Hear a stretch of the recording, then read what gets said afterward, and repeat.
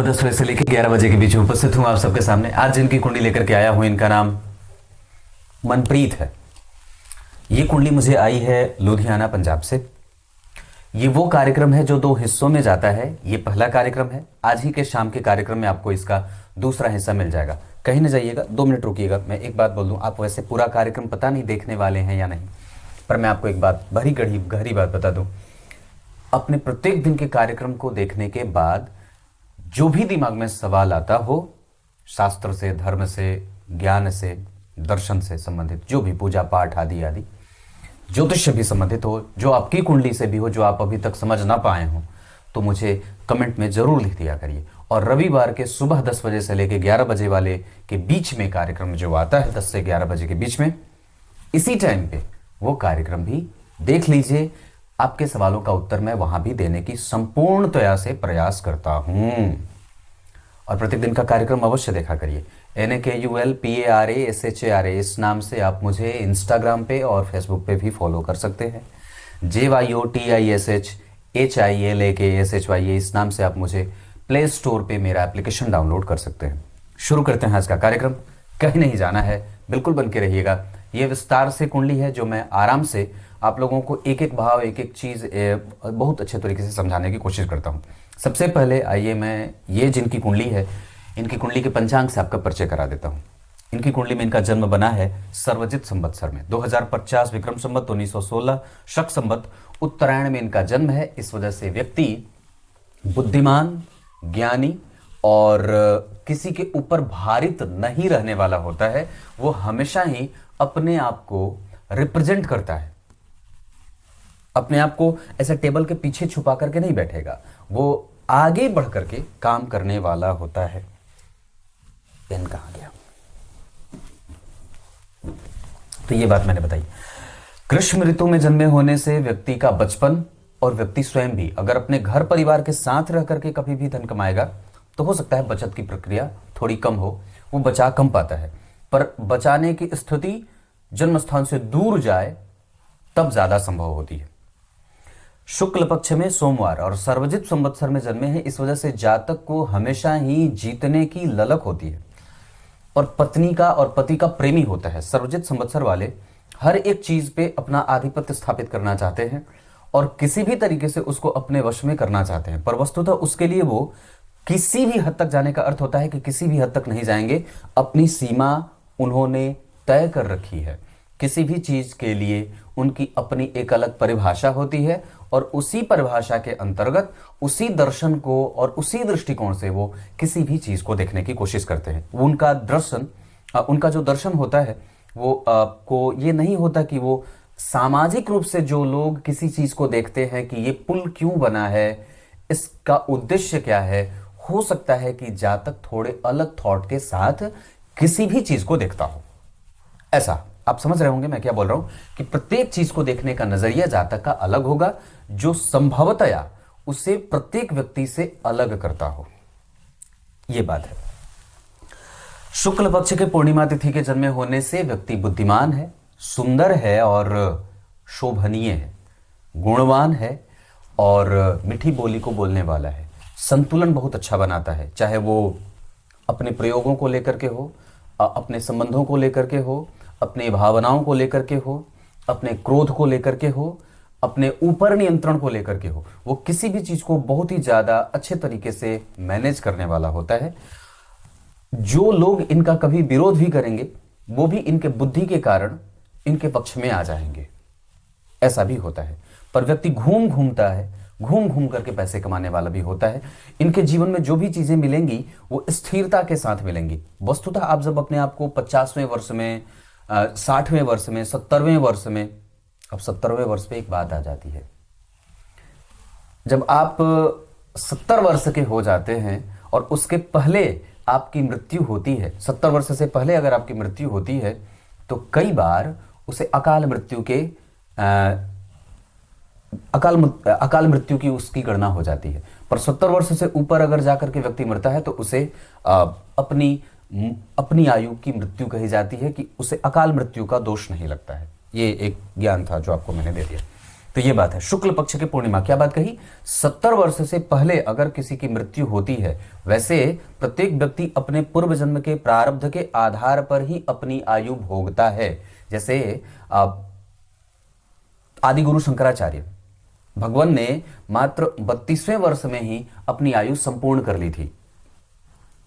महान दार्शनिक विवेकानंद जी ने भी कम आयु में ही निकल गए। ऐसे बहुत सारे लोग हैं जो संपूर्णतया मध्य आयु को ही या अल्प आयु को ही प्राप्त करके निकल गए हैं भगवान के धाम को। पर वैसे एक दर्शन ये भी कहता है, या शास्त्र में भी कई बार ये बातें आती हैं कि अगर आप 70 वर्ष से पहले मृत्यु को प्राप्त कर लेते हैं तो वो अल्प आयु में ही गिना जाता है, या फिर कई बार उसे अकाल मृत्यु की संज्ञा दे दी जाती है ऐसे, और उसके बाद अकाल मृत्यु का दोष नहीं लगता है। शुक्ल पक्ष के पूर्णिमा तिथि में जन्मे होने से व्यक्ति के पास धन हमेशा रहे पर खर्च भी हमेशा रहे। सोमवार के जन्मे होने से व्यक्ति बुद्धिमान, शांति प्रिय, झगड़ालू नहीं, बैलेंस करने वाला। इन्होंने एक सवाल पूछा था कि क्रोध बहुत आता है पर वो निकलता नहीं है। अरे ये कैसे क्रोध निकलेगा भगवान? सोमवार को जन्मे हैं, शुक्ल पक्ष के पूर्णिमा के हैं, आपको जब भी क्रोध आता है तो आप उसे नियंत्रण इसलिए कर लेते हैं क्योंकि आप अपने पति से प्रेम करते हैं, क्योंकि आप अपने बच्चों से प्रेम करते हैं, क्योंकि आप खुद से प्रेम करते हैं। और आपको जब कभी भी क्रोध आए और वो शांत हो जाए तो ये तो अच्छी बात है। निकलने की आवश्यकता वो निकले, पर अपनी ऊर्जा को समुचित तरीके से किस दिशा में आप उसको खर्च करना चाहते हैं इस पे तो मैं आपको बहुत ज़्यादा नहीं बताऊंगा, क्योंकि आप मुझसे ज़्यादा इस मामले में जानकार होंगे। पर मैं इतनी बात जानता हूं कि क्रोध क्यों नहीं आता है, क्योंकि इनका जन्म, और वो प्रकट क्यों नहीं आता है, आए पर प्रकट ना हो, क्योंकि सोमवार को इनका जन्म हुआ है जहां व्यक्ति बिल्कुल ही शांति से अपना जीवन जीना चाहता है। बेचैन है इनका मन, क्रोध है इनके पास, पर वो प्रकट इसलिए नहीं होता क्योंकि जातक के ऊपर से दिन और इनके तिथि का प्रभाव है। शुक्ल पक्ष में जन्मे लोग शांत प्रवृत्ति को होते हैं धारण करने वाले। ऑटोमेटिक व्यक्ति उसी अवस्था को प्राप्त कर जाता है और नेचुरली व्यक्ति झगड़ालू नहीं है।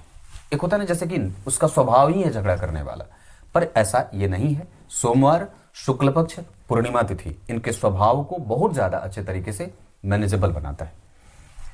वज्र योग, चित्रा नक्षत्र, जहां रोग की अधिकता, छोटी मोटी बीमारियां हमेशा रहें। चित्रा नक्षत्र में जन्मे लोग अपना खुद का काम, खुद का व्यवसाय और खुद की नौकरी ज्यादा उन्हें पसंद हो, वो किसी के अंडर में रह करके काम ना करें तो ज्यादा अच्छी बात होगी। स्वतंत्र व्यवसाय करने वाले लोग होते हैं।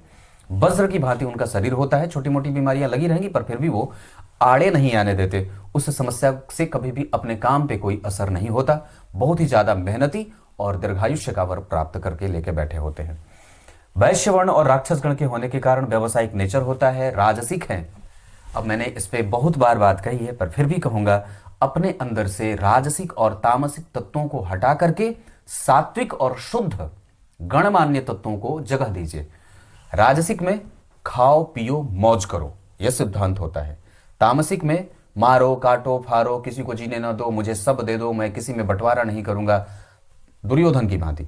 और राजसिक में व्यक्ति हमेशा ही राजा की तुल्य, राजा से सटा हुआ उसका जीवन होता है। और सात्विक में बिल्कुल ही सौम्य होता है, प्रवृत्ति शांत होती है, झगड़ा नहीं करता, विलाप नहीं करता, प्रभाव नहीं जमाना पड़ता। अभाव में ग्रस्त होने के बावजूद भी व्यक्ति शांति को प्राप्त करता है। बेवकूफियां नहीं होती हैं, विचलित नहीं होता, कभी किसी के गिले शिकवे से अपने आप को दूर ही रखना चाहता है। ये सारे भाव सात्विक प्रकार के होते हैं। उनका भोजन बड़ा ही संतुलित होता है और बड़ा ही मीठा होता है। ऐसा उनकी वाणी मीठी, उनका क्रोध संयमित हो, वो समाज को देखने का नजरिया उनका अलग होता है, सेवा का भाव होता है, परोपकार का होता है, साधुता रहती है, मंदिरों का दर्शन, देव पूजन, मंत्र का जप, गाय की सेवा, माता पिता की शुश्रूषा, बड़ों का आदर, गुरुजनों का सम्मान, धर्म का धारण करना। धर्म सुरक्षा के लिए कई बार हम लोग अब हमारा सनातन, हमारा ये, हमारा वो, हमारा हिंदू, हमारा मुस्लिम, ऐसा नहीं है। आप चाहे किसी भी धर्म से आते हो, उसके बनाए गए पद्धतियों पे अगर संपूर्णतया विश्वास है और उसमें विश्वास रख के अगर जीवन जी लिया, वही आपने धर्म को धारण कर लिया। वस्तुतः धर्म आपको कोई अलग से उसकी परिभाषा नहीं है, आपने अपने पूर्वजों के संपूर्ण चरित्र को अपने जीवन में उतार लिया जो उन्होंने ग्रंथों में छुपा करके रखे हैं। ऐसे जगना है, ऐसे सोना है, ऐसे गाय की सेवा, ऐसे मंदिर की सेवा, ऐसे ठाकुर जी की सेवा, ऐसे गुरुओं की सेवा, ऐसे पद्धति जीना है, ऐसे धन कमाना है, ऐसे जीवन, जो वही धर्म है और बाकी अलग से कोई धर्म नहीं होता। ये बात मैंने पंचांग से संबंधित बताई। तो आपको वस्तुतः कुंडली दिखाने का अर्थ क्या होता है कि आपको छोटे स्तर पे कहां बदलाव करना है, और वस्तुतः जो आपका बेसिक नेचर है वो ऐसा है, आप उसमें बदलाव अगर कर रहे हैं, इसी वजह से शायद आपको तकलीफ हो रही है। आपने अपने मूल तरंग से उठ करके किसी को प्रभावित करने के लिए एक अलग नया विक्षोभ पैदा कर दिया, जो आपको तो प्रभावित कर ही रहा है, उसको भी बुरे तरीके से प्रभावित कर रहा है। इस वजह से आपके शरीर के अंदर से कोई भी ऐसा तरंग उत्पन्न न हो जो सामने वाले को नेगेटिवली अप्रोच करे, ऐसा। अब मैं आपको आपकी कुंडली के 5 सबसे महत्वपूर्ण बातों पर चर्चा करने वाला हूं। यहां बहुत ही महत्वपूर्ण यह होता है सेशन, इस कुंडली में सबसे अच्छी बात क्या हो सकती है? इस कुंडली में सबसे अच्छी बात यह हो सकती है कि इस कुंडली के लिए, जो वृषभ लग्न की कुंडली है, शनि यहां पे सर्वाधिक योग कारक ग्रह के रूप में उपस्थित होते हैं। इन्होंने स्वयं को 15 डिग्री पे, ध्यान से समझिए, ये बहुत अच्छी स्थिति होगी शनि की।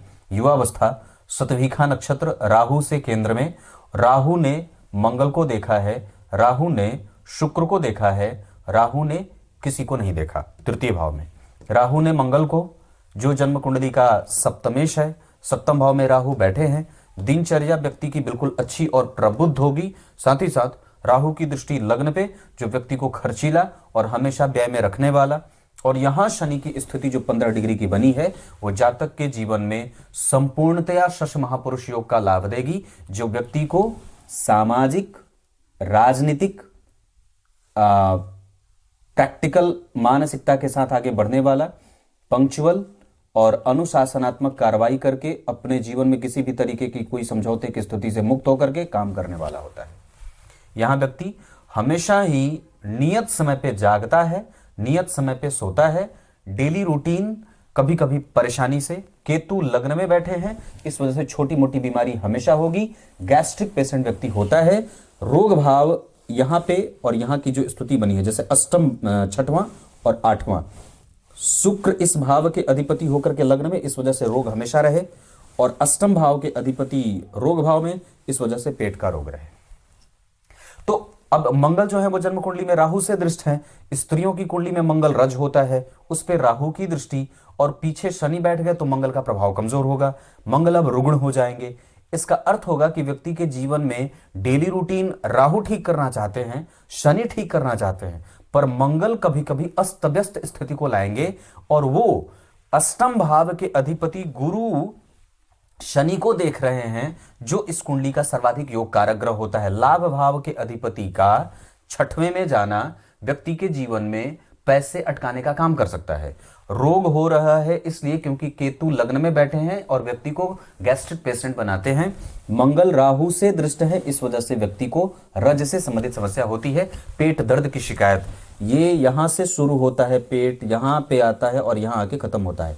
ये आपके जन्म कुंडली का नाभि का क्षेत्र है, या नाभि के नीचे का क्षेत्र है। नाभि से एक बीता नीचे का क्षेत्र, यहां पे, जिसे आप लिंग क्षेत्र कह सकते हैं, वस्ती क्षेत्र, नाभि से नीचे का क्षेत्र है ना, इसे कटी क्षेत्र कहते हैं, वस्ती नहीं कटी क्षेत्र। तो ये जो स्थिति है ये यहाँ पे, तो ये बीमारी का क्षेत्र बनेगा।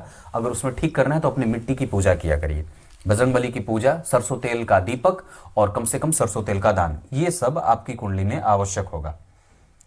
ये बात मैंने इतनी बताई। ये पहला जो है वो इस कुंडली की सबसे पहली अच्छी और प्रमुख बात होगी। लग्न में शुक्र का बैठना और 4 डिग्री के थोड़े नीचे जाएंगे, मतलब ये थोड़े से कमजोरी के साथ कृतिका नक्षत्र में बैठे हैं, इस वजह से भी व्यक्ति को कई बार पेट जन्य समस्याएं बनती हैं। वस्तुतः इस कुंडली में अगर कोई समस्या होगी तो वो केतु के कारण है। जिस नक्षत्र में बैठे हैं शुक्र, उस नक्षत्र का अधिपति 12वें, अवस्थागत ठीक है। यहां पे भी बुध थोड़े कमजोर ही हैं डिग्री में, यहां पर भी शुक्र थोड़े कमजोर हैं, पर वस्तुतः यहां पे शुक्र का मालव्य योग और शनि का शश योग दोनों बनेगा। अब ये बात देखने वाली होगी नवांश कुंडली में, तो नवांश कुंडली में शुक्र और शनि दोनों ही अच्छे हैं। नवांश कुंडली में चंद्रमा भी अच्छे हैं, मंगल भी अच्छे हैं और बुध भी अच्छे हैं। मतलब इतने सारे ग्रह के मजबूत होने के कारण ही जातक अपने पैरों पर खड़ा है, स्टेबल है, और इस भाव के अधिपति और इस भाव के अधिपति का संबंध देखिए तो चतुर्थ भाव के अधिपति सूर्य को, ये दूसरी सबसे अच्छी बात होगी, चतुर्थ भाव के अधिपति सूर्य को एकादशवें और नवम और दशम भाव के अधिपति शनि ने देखा है। दो केंद्रों के अधिपतियों का संबंध जब जन्म कुंडली में बनने लगे, इसे राजयोगों की भूमिका में माना जा सकता है। नवम भाव के अधिपति का संबंध जब जन्म कुंडली के सप्तम से बने, कैसे? सातवीं दृष्टि यहां पड़ेगी, तीसरी दृष्टि सूर्य और बुध पे, तो धन भाव के अधिपति को भाग्य भाव के अधिपति ने देखा है। इस वजह से व्यक्ति अपने पैरों पर संतुलित होकर के खड़ा होता है, व्यापार करता है, दूरस्थ जाता है, विदेशों से संबंध बनाए, संतति दूर से हो, कुटुंबजन दूर रहते हैं, माता पिता से दूरी भी रहती है। और शनि की दृष्टि यहाँ पे धन भाव के अधिपति बुध और सुख भाव के अधिपति सूर्य पे पड़ने पे व्यक्ति को विचलित नहीं होने देता। वो किसी भी अवस्था में अपनी स्थिति मेंटेन करता है, तकनीक का जानकार होता है, समझदार होता है, सजावट से संबंधित क्षेत्रों में काम करने वाला होता है, जमीन से जुड़ा हुआ क्षेत्र होता है, उसका जमीनी सतह पे जुड़ करके काम करने वाला, लोगों से इंटरेक्शन होती है, जहां वो लोगों की आवश्यकता को सीधे सुनता है और सीधे ही सॉल्यूशन निकालता है। ये शनि गंभीर काम, जमीन से गिट्टी बालू छड़ सीमेंट, बिल्डिंग मटेरियल, लकड़ी, फर्नीचर आदि आदि क्षेत्रों से, कीटनाशक दवाइयां, केमिकल वगैरह से जुड़ करके, पेंट जो होता है, पेंट जो करते हैं ना वो नेरोलैक, वो वाला, ऐसा वाला काम व्यक्ति कर दे तो बहुत अच्छा रहेगा। तो धन भाव के अधिपति को भाग्य और दशम भाव के अधिपति का देखना धनवान योग, और ये दोनों केंद्रों के अधिपति का, दशम भाव के अधिपति का चतुर्थ भाव के अधिपति को देखना व्यक्ति को सरकार से, व्यक्ति को पति से, पत्नी से, पिता से, पुत्र से और लोगों से जुड़ करके काम करने वाला, इन सबके साथ उनके संबंध भी अच्छे होते हैं। ये दूसरी सबसे अच्छी बात है। तीसरी सबसे अच्छी बात यह होगी कि शुक्र लग्न में बैठे हैं, जिस पे आप जब देखेंगे तो राहु की दृष्टि है, जिसके कारण व्यक्ति धन खूब कमाता है, यह बात होगी। और व्यक्ति की विलक्षणता, व्यक्ति का अनुभव, और व्यक्ति बहुत ही ज्यादा जल्दी भविष्य को देख लेता है कि इसका प्रतिफल ये निकलने वाला है। इस वजह से मुझे अपने आप को काम डाउन करना होगा, मुझे अपने आप को शांत करना होगा, स्थिरता से, अनुभव के साथ लोगों को दे करके, किसी के कर्ज में ना रहे, और कोई इसे कर्जदार बना भी नहीं सकता। लग्न में लग्नेश बैठा है, मंगल की दृष्टि धन भाव पे, मंगल की दृष्टि पंचम पे चंद्रमा के साथ, यहां पे जो स्थिति बनी है वो थोड़ी सी कमजोरी वाली बनेगी चंद्रमा मंगल के कारण। आप लोगों को दाम्पत्य पे, ये कुंडली ऐसी है जैसे शुक्र के ठीक पीछे सूर्य बैठे हैं, तो ऐसी अवस्था में व्यक्ति पति के कारोबार को लेकर के बहुत ज्यादा चिंतित होने वाला होता है, भाई के कारोबार को लेकर के बहुत ज्यादा चिंतित होता है, कुटुंबजनों को लेकर के चिंतित होने वाला होता है, और विपरीत परिस्थिति में मजबूती के साथ खड़ा रह करके आर्थिक रूप से मजबूती देकर के उनको उनके समस्या से निकालने की पूरी कोशिश करता है। ऐसे इनके मनोभाव हैं।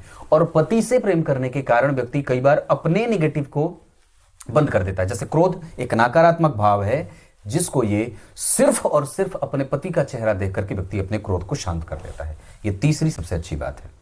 अब आपको मैंने ये बात जब समझाई तो अब इसमें ये बात समझने वाली है कि व्यक्ति की कुंडली का धन भाव कैसा है। जैसे कई बार होता है कि धन भाव के अधिपति 12 में बैठे हैं पर चतुर्थ भाव के अधिपति के साथ बैठे हैं।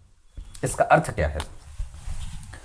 और जन्म कुंडली में शनि की उस पर दृष्टि, पिता भाव के अधिपति और पिता के सुख भाव के अधिपति, पिता के उपभोग भाव के अधिपति सूर्य से 4 घर आगे आप जब देखते हैं तो चंद्रमा, वो चंद्रमा कहां बैठे? जन्म कुंडली में बैठे प्रेम भाव में। पिता का प्रेम व्यक्ति को मिलता रहेगा। इस कारण से व्यक्ति जन्म के तुरंत बाद, कुछ ही वर्षों के बाद व्यक्ति को अपने माता के साथ, माता के निकट, माता के साथ या कुटुंबजनों के साथ रहना पड़ता है बाहर, विदेश भाव में। क्योंकि शनि जैसे पापग्रह की दृष्टि, राहु का संबंध लग्न पे पहले से था, केतु और शुक्र लग्न में बैठे हैं तो व्यक्ति अनुभवी है, दूर देश की यात्रा करने वाला, कई बार बाहर आने और जाने वाला, और अपने काम के सरीखे किसी को भी उसके लेवल में ना समझने वाला, अपने काम को प्राथमिकता देता है, उस पे उसका वर्चस्व है, उस पे उसका ज्ञान बढ़िया है और उसमें वो पारंगत भी है। तो ये स्थिति, और धन अगर बच नहीं रहा, धन अगर बाहर है तो वो इसके कारण हो रहा है। पर वस्तुतः इससे एक बात अच्छी होगी कि आप कभी ऋण में नहीं उलझेंगे, आप केस, कोर्ट कचहरी, मुकदमा आदि से आपको कोई नुकसान नहीं होने वाला है, और ना तो कभी आप इन सब चक्करों में पड़ेंगे तो आपको नुकसान होगा। और वस्तुतः आप कई बार अपने मित्रों के कारण बेवजह के खर्चों में ही भी आएंगे, इसके कारण आपको बचने की कोशिश करनी चाहिए। अपने मित्रों से, अपने माता के स्वास्थ्य पे और उनके साथ संबंधों में जरूर ही आपको थोड़ा ध्यान रखने की आवश्यकता होगी। पंचम भाव जन्म कुंडली में बहुत अच्छा बना है। कन्या राशि की कुंडली बनी, लग्न के अधिपति जन्म कुंडली में लग्न में और राशि के अधिपति 12वें। इस कारण से व्यक्ति को रिकॉग्निशन, वो जो मेहनत करने के बाद प्रभाव होता है। एक बड़ी अद्भुत बात है, जब व्यक्ति की जन्म कुंडली में पंचम भाव 12वें हो तो कई बार देखा जाता है कि करे ये निकले वो, करे ये कुछ हो और, काम कुछ और करे परिणाम किसी और तरीके का मिले, या पढ़ाई कुछ और करे और नौकरी कहीं और से कर रहा है। एक जगह से नहीं 10 जगह से पैसे कमाने की मतलब एक इच्छा होती है और वो कई बार पूरी भी होती है कुछ हद तक। रिकॉग्निशन अगर कम मिले, मेहनत करने के बाद परिणाम कम मिले। वैसे पंचम भाव आपकी कुंडली में बलवान है क्योंकि शुभ ग्रह की राशि में शुभ ग्रह का बैठना, और ये तो पूर्णेंदु होकर के बैठे हैं, चित्रा नक्षत्र में बैठे हैं और मंगल उनको देख रहे हैं। अब है क्या बात कि चित्रा नक्षत्र में जन्म लेना, केतु की दृष्टि, मंगल की दृष्टि और किसी शुभ ग्रह का कोई प्रभाव नहीं। इस कुंडली के मारक ग्रह ने चंद्रमा को देखा है, तो 12वें भाव के अधिपति मंगल ने तृतीय भाव के अधिपति चंद्रमा को देखा। इस कारण से कई बार संतान वगैरह में भी दिक्कत होती है, या कई बार दूसरी संतति आने में या पहली संतति आने में भी थोड़े से मशक्कत के साथ गुजरना पड़ता है, रक्त के कमजोर होने के कारण।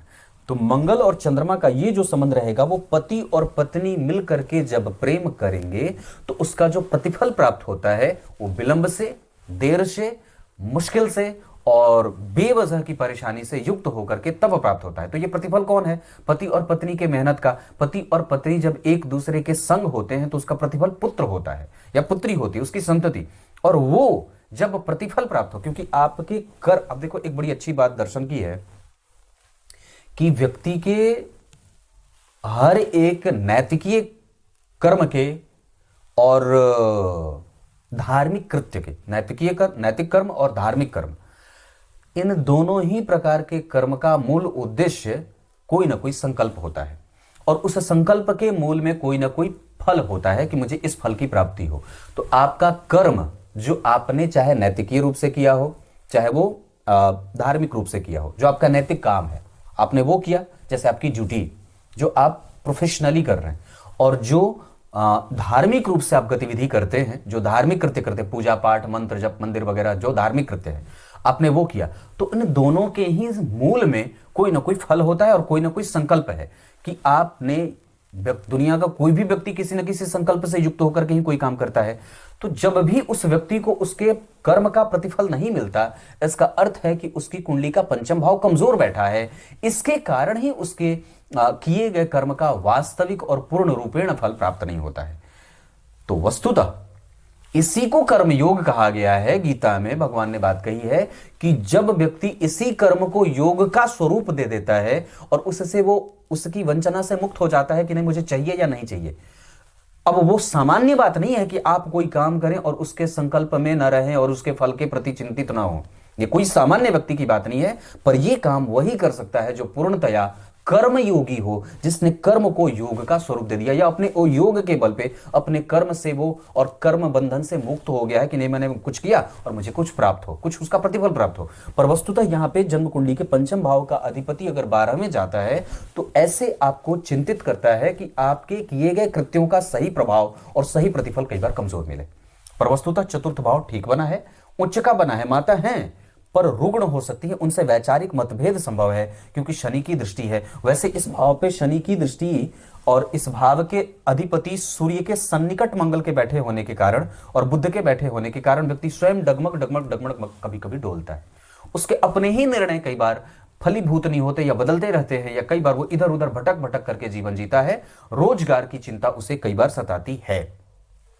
ये शनि आपकी कुंडली में इस भाव को देखेंगे तो संपत्ति का, चल अचल संपत्ति का, छत्र चमर का, गाड़ी, भूमि, भवन, वाहन, सुख, इन सब चीजों से आपको कभी भी हताशा और निराशा नहीं आने देंगे। चंद्रमा नक्षत्र रुग्ण है, इस वजह से रोग होने की संभावना बनती है केतु के कारण, और भी ये बात बनी है।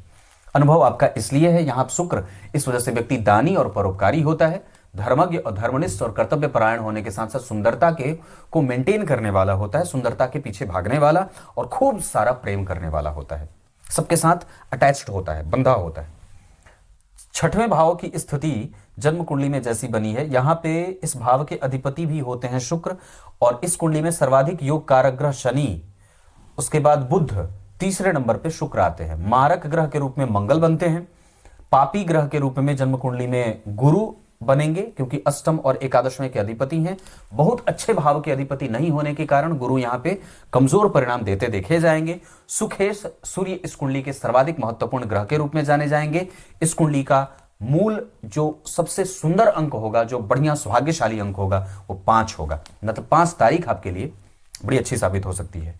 तो इस कुंडली के लिए तीसरे नंबर पे शुक्र लग्नेश होने के बावजूद भी तीसरे नंबर के सर्वाधिक महत्वपूर्ण ग्रह के रूप में जाने जाएंगे। पहले नंबर पे शनि, दूसरे नंबर पे बुध, तीसरे नंबर पे शुक्र बनेंगे, क्योंकि वो इस कुंडली के साथ षष्ठेश भी होते हैं, लग्न के साथ साथ छठवें के अधिपति।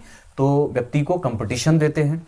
साहस, बल, पराक्रम, ऊर्जा और उत्साह, ये सब व्यक्ति के पास बना रहता है। वो चीजों को समझने वाला, नौकरी करके, पेशा करके, किसी भी तरीके से अपने रोजगार को बहुत ही अच्छी तरीके से स्थिति में ले जाकर के रखने वाला होता है।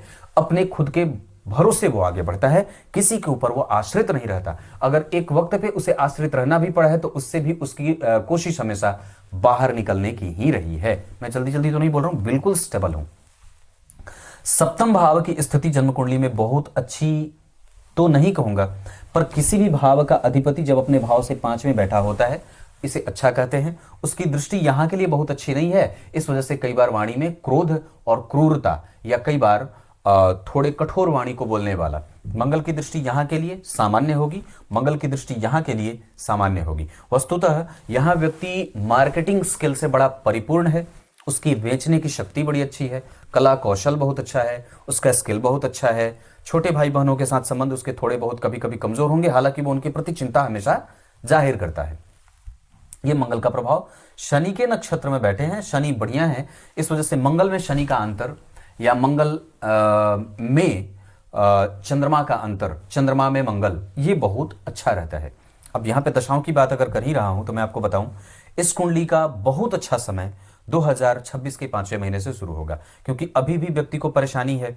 उसके बाद के गुरु में शुक्र आएंगे, वो भी परेशान करेंगे, और जब सूर्य आएंगे तब जातक को, शुक्र भी इस कुंडली के लिए बहुत अच्छे होते हुए भी गुरु में शुक्र का अंतर थोड़ा बहुत कमजोर हो सकता है। वस्तुतः 23 के सितंबर से 25 के बाद 26, ये लगातार जो दशाएं होंगी, 23 के सितंबर, 26 के 27, ये लगातार जो दशा होगी, और एक कष्ट वाली दशा 2029 से 31 तक वाली हो सकती है, जहां स्वास्थ्य, शरीर, दाम्पत्य, पुत्र पौत्र आदि, धन संपत्ति आदि, इन सब चीजों पे आपको ध्यान रखना चाहिए 2029 के 5वें से 31 के अक्टूबर तक।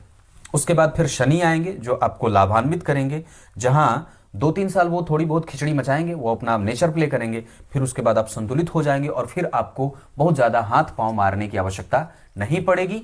उस दशा काल में बजरंगबली की पूजा, पीपल के वृक्ष को जल, सूर्य को अर्घ, हनुमान चालीसा का पाठ, विष्णु सहस्त्रनाम का पाठ, गजेंद्र मोक्ष का पाठ, गीता जी का अध्ययन, ये सब करते रहिएगा। शनि की दशा की बात कर रहा हूं। अभी गुरु हैं, एकादशी करिए, पीपल को जल और दीपक अर्पित करिए। इस दौरान अगर हो सके तो आपकी राशि पे वैसे कोई खराब वक्त नहीं है, पर अभी गुरु में केतु हैं, तो कम से कम कोशिश करिए कि जितना ज्यादा हो सके अमावस्या को दान किया जाए। अपने पितरों के निमित्त कम से कम अमावस्या को दीपक दान किया करिए। किसी मंदिर का दर्शन नियमित रूप से करिए। और निश्चित रूप से अगर अभी इस कुंडली की बात करूंगा तो आपको इस कुंडली में एक नीली धारण कर लेने की आवश्यकता मैं महसूस करूंगा, जो अभी भी फायदा करेगा और आगे भी फायदा करेगा। नीली या नीलम भी धारण कर सकते हैं, वैसे अभी नीली से ही काम चलाइए। तो ये बात इतनी रही। अष्टम और एकादशवें के अधिपति गुरु इस कुंडली में बैठे हैं 6वें में, विपरीत राजयोग बनाएंगे। सूर्य और बुध को देखने के कारण व्यक्ति चरित्रहीन नहीं है, उसका चिंतन परिष्कृत है, शुद्ध है, व्यवहारिक है और धार्मिक है। वो नैतिकीय तत्वों से युक्त है। ठाकुर जी की पूजा, पति का पतिव्रत धारण करना और हमेशा ही अपने पति के प्रति एक प्रेम का वास्तविक स्वरूप क्या है? प्रेम का वास्तविक स्वरूप होता है कि इतना मजबूती से किसी के साथ प्रेम कर लो कि बाकी सबसे आजाद हो जाओ, स्वतंत्र हो जाओ, कि आपको किसी फिर मोह पाश में बंधने की आवश्यकता ही ना रहे। ये गुरु और सूर्य और बुध आपके जीवन में यही चीज कराना चाहते हैं। अगर वो नहीं है तो इसको करने की आवश्यकता है कि आपने अपने पति से इतना प्रेम करना है कि आप सभी चीजों से प्रेम से मुक्त हो जाओ, वस्तुतः किसी से भी प्रेम ही ना रहे, ईश्वर से ऐसा प्रेम करो कि आप सब कुछ में स्वतंत्र हो जाओ, ऐसा वाला। तो आपकी कुंडली में ये बहुत ज्यादा अच्छी बात होगी। मैं इसे बहुत अच्छा भले ना कहूं क्योंकि ये अच्छे भाव के अधिपति नहीं है, पर फिर भी ये दृष्टि का संबंध जो बना है गुरु तुला राशि में, तो व्यक्ति स्वयं का रोजगार करता है, स्वयं की नौकरी करता है, स्वयं का कारोबार करता है, प्राइवेट नौकरी में देखा जाता है, बाद में चल करके अपना कारोबार भी स्थापित कर सकता है। ये सब आपकी कुंडली में बहुत अच्छी होगी। गुरु और सूर्य का देखना, क्योंकि गुरु ने सूर्य को देखा तो व्यक्ति को चारित्रिक रूप से कभी भी दोषी नहीं बनने देंगे, वो दूषित नहीं होता और कभी भी किसी को ठग करके, कभी किसी को, मतलब बहुत ज्यादा ऐसा नहीं कि 5 रुपए के लिए 50 रुपए किसी को बोल दिया और 45 रुपए फायदा कमा लिया, ऐसा नहीं, ये नहीं होगा। ये कुंडली इस मामले में बहुत अच्छी होगी। धर्म कर्माधिपति, केंद्र त्रिकोण, शश महापुरुष और महाभाग्यशाली, महाधनी, ये सब योग यहां लगेंगे। और शनि का शश महापुरुष योग, शुक्र का मालव्य योग, ये दोनों ही जातक को प्रतिष्ठित, पुरस्कृत, सुसंस्कृति से युक्त, धार्मिक, पंक्चुअल और बेहतरीन बनाएगा। सामाजिक छवि व्यक्ति की कभी धूमिल नहीं होती। गुरु की दृष्टि शनि पे है तो व्यक्ति को व्यवहारिक ज्ञान और जो जैसे होता कंपेनियन बना करके चलना, एकदम समतुल्यता के साथ समाज को कैसे देखना है, परिवार को कैसे देखना है, कुटुंब को कैसे देखना है, किसके साथ कितना वक्त देना है, ये सब व्यक्ति को शनि और गुरु की दृष्टि शनि के कारण ये बनाएगी। ये आपको नेचुरली वो आता रहेगा, आपको कभी भी कुछ स्टेप लेने की आवश्यकता नहीं है। वो ग्रह का प्रभाव है जो आपको उस समय पे वैसा ही करवाएगा, ये ग्रह का प्रभाव होता है ऐसा। कर्मस्थान बहुत बढ़िया, बहुमुखी, बहुआयामी, विस्खोपड़ा का दिमाग लेकर के व्यक्ति पैदा होता है। किसी भी स्थिति से तत्काल निपटने की उसके पास जुगत होती है और वो वस्तुतः बड़ा ही सुखी होता है। 12वां भाव से पहले 11वां, ये थोड़ा कमजोर, किसी को पैसा ना दें और किसी पे बहुत ज्यादा उधारी ना रखें। ये आपकी कुंडली में 12वें भाव की स्थिति उच्च के सूर्य जो आपको ऋण से, धन से युक्त रखेंगे और आपके वस्तुतः आपके धन आगमन के सोर्स को हमेशा बना करके रखेंगे। आपकी दशा बदलेगी 2026 से, थोड़ी थोड़ी बदलेगी 2023 के सितंबर से। अब आपकी कुंडली में मैं ने इतनी सारी चीजें भाव के आधार पर बताई है। नक्षत्र में सूर्य जिस नक्षत्र में बैठे हैं उसके आधार पर वो आपको मंत्र जप करने की इशारा देते हैं, आपको अनुभवी बनाना चाहते हैं प्रत्येक क्षेत्र से। तो सूर्य आपको ऐसा बनाना चाहते हैं। चंद्रमा आपको रुग्ण पर किसी भी स्थिति से निपटने का साहस और बल देना चाहते हैं और उस चंद्रमा के ऊपर मंगल की दृष्टि और चंद्रमा और मंगल का प्रभाव आपके दांपत्य को कभी कभी कमजोर करने की कोशिश करेगा। उसके साथ कभी कभी संबंधों को दोयम दर्जे पे ला करके स्थापित करना चाहेगा, वो मत करिएगा। मंगल आपकी कुंडली में व्यवस्थित हैं और दरअसल उन्होंने आपके काम को गति दी है। इस वजह से ही आप जिस क्षेत्र में काम कर रहे हैं, जैसे बिल्डिंग से संबंधित, कंस्ट्रक्शन से संबंधित या इंटीरियर डेकोरेशन से संबंधित, ये काम आपका चलता रहेगा, उसमें कोई भी नुकसान वाली कोई बात नहीं है। बुध जिस स्थिति में बैठे हैं उन्होंने आपको अनुभवी, पूजा पाठ, गुरु की भक्ति, देवताओं की पूजा, मंदिरों का दर्शन, ये करने का इशारा दिया है। गुरु जिस स्थिति में बैठे हैं उसके आधार पर कभी कभी व्यक्ति आजकल के तकनीकी शिक्षण से युक्त होकर के अपनी गति चलाता है और वो निश्चित रूप से व्यावहारिक होता है, अपने लाभ और हानि के प्रतिभावों को समझने वाला होता है, अपने खुद की नौकरी पे उसका दम ज्यादा होता है। शुक्र की स्थिति आपकी कुंडली में धार्मिक, पारिवारिक, दानी, श्रेष्ठ और नैतिकीय मूल्यों की सुरक्षा करने वाला और सांसारिक होने के साथ साथ इहलौकिक होने के साथ साथ पारलौकिक सुखों को समझने वाला भी होता है। पारलौकिक मतलब इसके पार, मतलब इहलौकिक मतलब ये धरती, ये मृत्यु लोक, और इस लोक से छूट करके जब आप ब्रह्मलोक पे जाते हैं, देवलोक पे जाते हैं, स्वर्गलोक पे जाते हैं, पता नहीं कहीं कहीं जाते हैं अपने कर्म के आधार पर, तो उसी लोक के बारे में व्यक्ति को चिंतित करने वाला बनाते हैं। तो उसके बारे में भी आपको निश्चित रूप से सोचना चाहिए, जिसकी गति ज्ञान के योग से, ज्ञान के दान से, धन के दान से, आदि आदि चीजों के और श्रेष्ठ कर्मों के द्वारा उसकी गति तय होती है। शनि आपकी कुंडली में व्यवस्थित बनाने का काम कर रहे हैं और दरअसल वो आपके जीवन में आपके अंदर प्रायोगिकता से कर्म भर रहे हैं कि और करो और काम करो और आगे बढ़ो, ऐसा ये आपकी कुंडली है। अगर आप बीमार हैं तो केतु के कारण, अगर आपके जीवन में कभी भी दाम्पत्य को लेकर के कोई दिक्कत होगी तो चंद्रमा और मंगल के कारण, अगर आप पेट के रोगी हैं तो वो गुरु के कारण, अगर आप व्यय में रहते हैं तो वो बुध और सूर्य के 12वें जाने के कारण, अगर आपके अंदर नैतिकता है तो वो गुरु और सूर्य और बुध के संबंध के कारण, अगर आप चल अचल संपत्ति से संबंधित काम करते हैं तो वो शनि और मंगल के कारण, अगर आप दानी हैं, अनुभवी हैं, क्रोध को नियंत्रित कर रही हैं तो वो शुक्र के कारण, अगर आप सबके प्रेम को पाती हैं, सबसे प्रेम रखती हैं तो वो पंचम भाव के चंद्रमा के कारण। ये आपकी कुंडली है। अब इसके बाद जो शनि की दशा आएगी वो भी बहुत अच्छी रहेगी। बाकी की चीजें मैं शाम के कार्यक्रम में बताऊंगा। तब तक के लिए बहुत बहुत नमस्कार।